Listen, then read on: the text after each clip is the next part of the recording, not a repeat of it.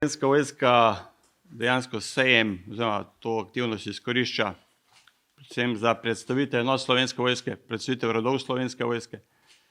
Nenazadnje tudi predstavitev športne enote, garde, orkestra Slovenske vojske. In nekako vlečemo skozi cel sejem rdečo nit, da predstavimo tudi poklic vojaka. Nenazadnje kot vse evropske vojske ima tudi Slovenska vojska kadrovsko težavo, torej pomanjkanje kadra. In sejem izkoristimo tudi zato, da predstavimo potem konkretno poklic vojaka, kaj pomeni poklic vojaka vezist, artiljerc, vojak pehotnik in nekako kakšno je njegovo delo. Nekako poskušamo tudi predstaviti, da poklic vojaka oziroma pripadnik slovenske ne pomeni biti zdaj 8 ur.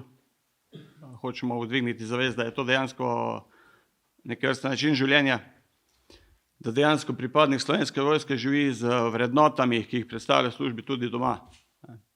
Zdaj dosti posvečamo gojenju vrednot, kot so tovarištvo, enostareščinstvo, potem disciplina. Torej vrednote, ki v zunanjem svetu, če se tako izrazim, niso najbolj aktualne ali pa so v zatonu. In kot pripadnik Slovenske vojske se mora tudi vsak zavedati, da v skladu s temi vrednotami mora živeti in da, če je potrebno, mora te vrednote tudi braniti. Na koncu so to vrednote, neke temeljne vrednote zahodne civilizacije. Zdaj to predstavitev bomo poskušali potem vse to predstaviti skozi statično predstavitev na sejmu in pa dinamično. Zdaj, če grem najprej na statično, je sestavljen iz dveh delov. Ena pred samo dvorano, torej na zunanjem delu, kjer so predstavljene predvsem težja tehnika, vozila, vojaška kuhinja, ambulanta, kjer so predstavljene dejansko vozila in oprema, ki se uporablja in tudi oborožitev v Slovenske vojski in rodovih Slovenske vojske.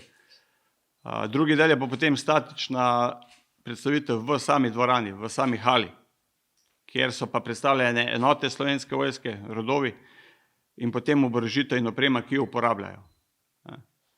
In zopet zraven tega dodatno predstavljanje poklica vojaka, ki ga opravlja, ko uporablja to opremo, oziroma kako poteka delo v enoti, v kateri služi, ki ima to opremo.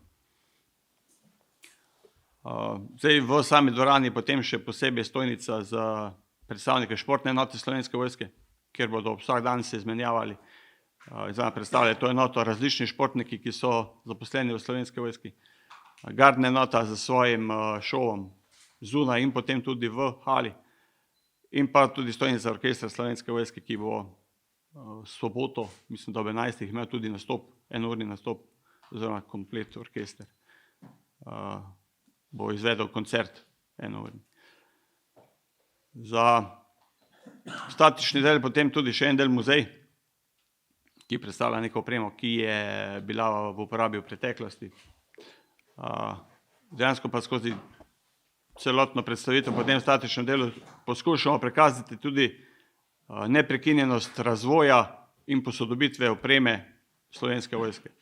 Dejansko je to nezaključen ciklus, tako da je vedno mogoče videti nekaj novega, nove stvari in pa tudi kako so se določene stvari nadgradile v zadnjih nekaj letih. Vsi vemo, da je z zadnjo krizo na evropskih tleh že pred tem bilo potrebno predvsem spremeniti fokus Slovenske vojske iz mirovnih operacij v konkretno bojno delovanje oziroma v boj z enakovrednim nasprotnikom. To trenutno vidimo na bojiščih v Ukrajini in tudi Slovenska vojska sledi temu trendu in je pač treba fokus pa tudi samo opremo in način dela prilagoditi temu. Zdaj drugi del, dinamična predstavitev, poteka večinoma zunaj.